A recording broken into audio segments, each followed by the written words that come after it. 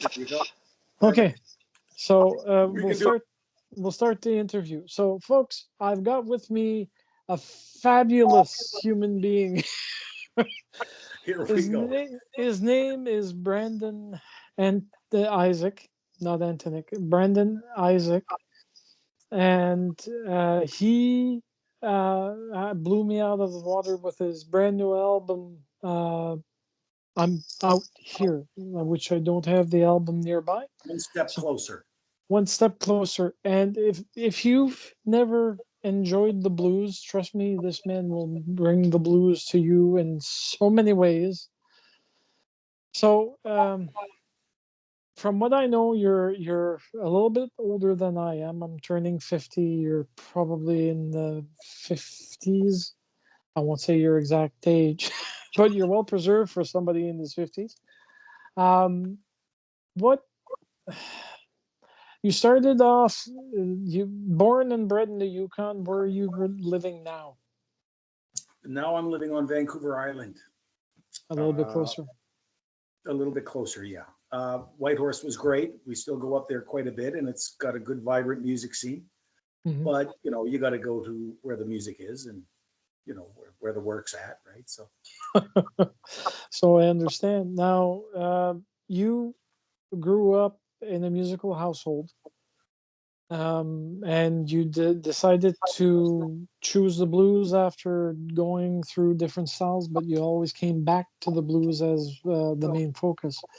Um, which instrument did you start playing? I'm assuming it's probably guitar was your first instrument.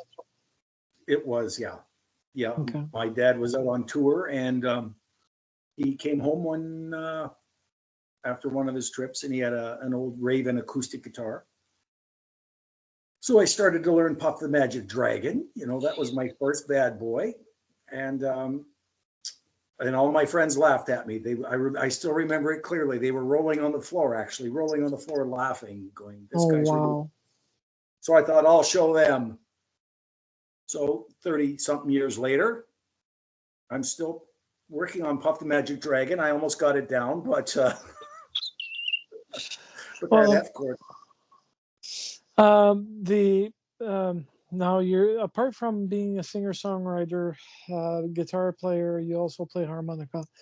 Um, how long did it take you to actually creation for this brand new, beautifully packed and beautifully phonic album? How long did it take me to make that album happen? Yes. Okay. Um, I would say probably took me about 4 months, maybe five, getting all the final mixes done and everything like that. Uh-huh. Um, and I just kind of took it slowly and recorded it a little bit at a time. And yeah, it went fairly quickly. I mean, I don't really tend to go back and fix stuff up that much. Normally, I'll put on the mic and I'll sing it once, maybe twice.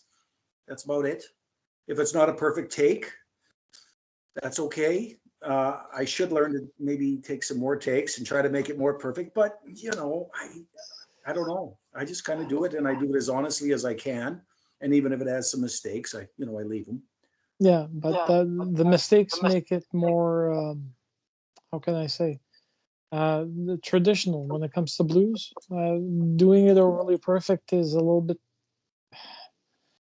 It's a lot more work than it's actually entitled for. I prefer just the one take if people can do it, but sometimes you might have to change it due to something that you don't feel is right at that point. Then you do another take and you hope that you nail it down. Absolutely, yeah, yeah. It's more honest when you just do it from the heart. The important thing is to do it from the heart. Hmm. As you start to do it and do it and do it, you start to lose it a little bit, I think. So yeah, um, you know, mistakes are part of life. Yeah, So you a few of those things in there, and then it's more human for sure. true. Now, you created this album in a very short time frame. Was it in studio or was it done with file transfers between band members? I My wife and I just moved to Vancouver Island about a year and a half ago. Okay. So we've been renovating our place, and I fixed the basement up from brick walls and cement ceilings to a little studio down there. Oh, nice. I've done it all at my house.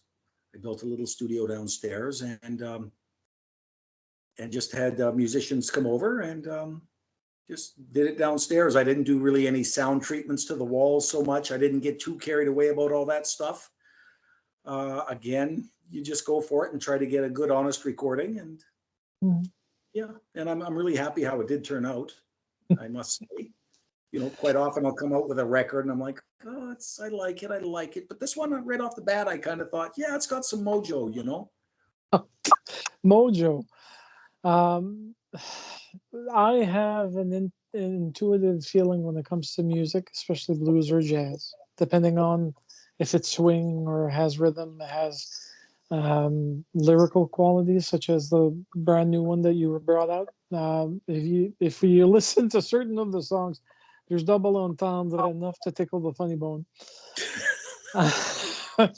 But I have to say, personally and professionally, when I was listening to the album, I listened to it 3 times today.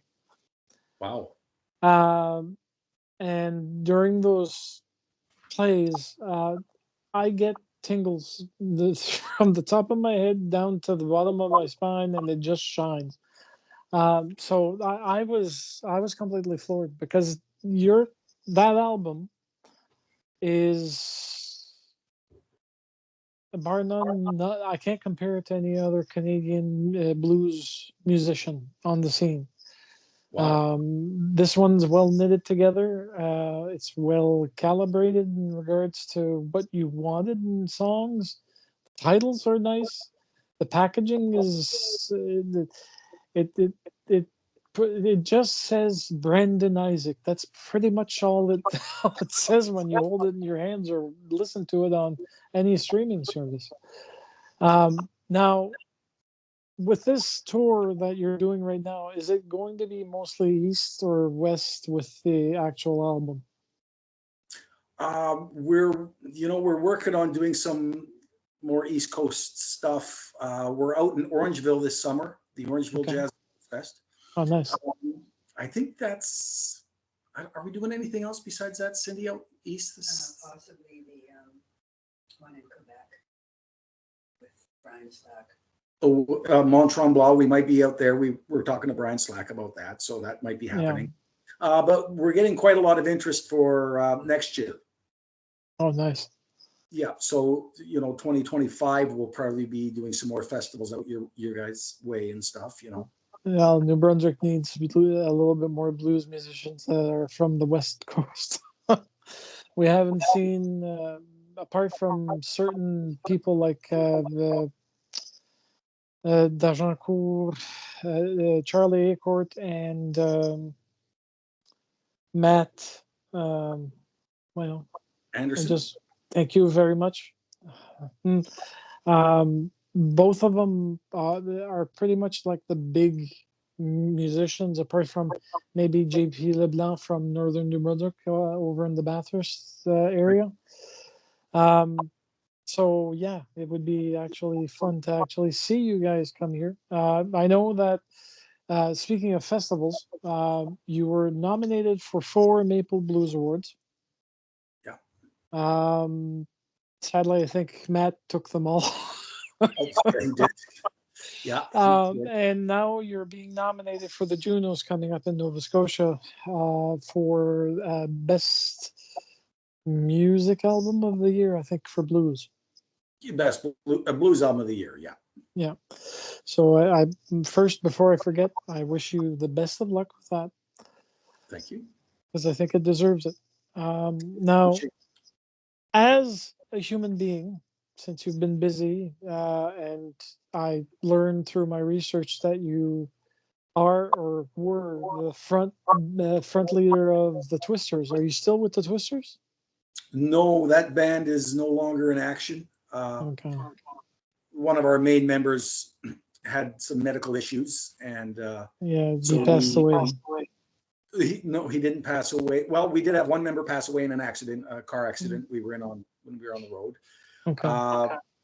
That just about put us out to pasture, but we came back. And then there was another guy that sang with me, David Hurl, and played harmonica.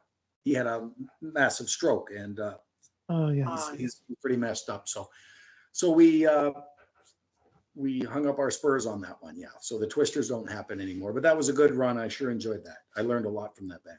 Okay. Are you currently leading another band, or is it just you right now with the tours? I have a band here called the Saints of Swing. And that's my West Coast band around Vancouver and when I get on that area. And then I also have a band on the island called the Mood Swings. So yeah, I'm printing a couple bands. Well, I mean, it swings, so it doesn't matter if it's one or the other. I mean, you're perfect for that.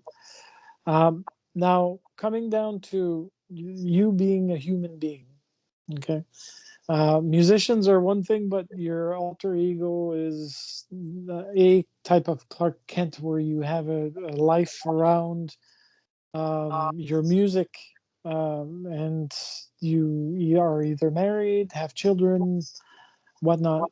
Um, what what do you do on your off time? I mean, do you even have off time? We do have off time. Well, my wife would tell you I sit on the couch and watch Turner Classic Movies a lot. But and I am guilty of that. I like to watch those old movies, and sometimes I can get a little couch potato-ish. But often I have a guitar in hand. So even when I'm watching the movies, I'm working on guitar, and I spend a lot of my time in the day playing and practicing and writing and working on getting better as a musician. Okay. Unfortunately, I spend a little time watching CNN too, and then the other news channels, and I research some of them online, and that's depressing. So I shouldn't do as much as that. Much of that. No. But what else do we do? What else do we do, Sin? Your sculptures. Well, I sculpt. I make blues art as well. I haven't been doing a lot of that as of late, but I do sculpt when I have some time. Oh, at least you do it. I mean, Matt Anderson, when he's got free time and it's warm enough, he smokes and barbecues in his green egg. Okay. All right. Well, And awesome. what's his name? Steve. Strongman, Mariner. Thank you. No, Steve Strongman. I think it's Steve. Oh my God. Mariner, I have no clue. I think he just plays his harmonica once in a while. They'll come down to visit friends in Nova Scotia. But Steve, he's in Quebec. He used to have he used to do a one-man band show. Steve Hill. His one-man band. He does longboard. Oh, does he? Okay. Well, he's Yeah. crazy. He's crazy. Well, he enjoys it. Speaking of one-man band, before I forget, you have a one-man band show apparently once in a while. Yeah, I haven't done it in a couple of years actually, but I used Okay. to make a solid living off of just playing a one-man band. Drums and harmonica and vocals and Okay. yeah. But you survived. You decided to modify it to suit your needs, basically. So you no longer have a one-man band. Maybe one in the off time if you feel like it, but probably Yeah, not. I'm not opposed to doing it again. I would do it if it called for it. But I've been playing a lot more with bands lately and letting other people sort of carry some of the weight. That's good. That's actually very good. Now, as the years go by and whatnot, you have uh, 37 years of music experience. I think, depending on the sources, it was either 35 or 37 they were giving me. But you've developed and polished your talent for this album, which is fantastic. Now, the human being put aside with his hobbies, what would you say your favorite food dish is? Oh, that's a tough one. I tell you, you know, I always kind of just go to spaghetti. Okay. You know, I mean, that's my simple go-to, one of my favorites. But, you know, it doesn't matter whatever my wife cooks. That's my favorite dish of the night because right now she's making butter chicken with broccoli. So right now that's my favorite dish. I can smell it as we speak. She's cooking away in the kitchen. And she Uh, can't go tell you. well, that's the fun thing about having a partnership with somebody that loves you, supports you, and does some fabulous cooking. I mean, it's how can I put it? Food for the soul is basically what it comes down to. And if he feeds a growing bluesman. Exactly. I'm a growing blues boy and I need my nutrition, you know. So what did you say, Cindy? Don't forget I'm your agent. Oh, she's also my agent. So Oh, okay. yeah, so she does my booking, my cooking, and Enough. that's enough. That's That's enough. Well, Cindy, you're doing a swell job. I'm just tickled. You really love. You it sounds like you love the record, and it just warms my heart. You know, that's so cool. It does, and it's going to be on my playlist for this weekend's show. So Thank you you. know you've made a big. Yes. Okay. I think that's pretty much it for the questions. I mean, everything else is available online, but folks, if you want to support Brandon directly, you can do so directly on his website for physical copies. You can also find them online, but online doesn't pay the artist as much as I'd like it to. True. True. But yeah, hey, and I appreciate you having me on. I appreciate what you do. Thank you for keeping our music out there. And without you, there is no us. You know, we make music, but we have to get it out there to people, and it's folks like you that make it all happen. So thank you. No, well, it's thanks to your manager and thanks to you for giving me this opportunity and to taking me up on the offer for the interview. Of course, anytime.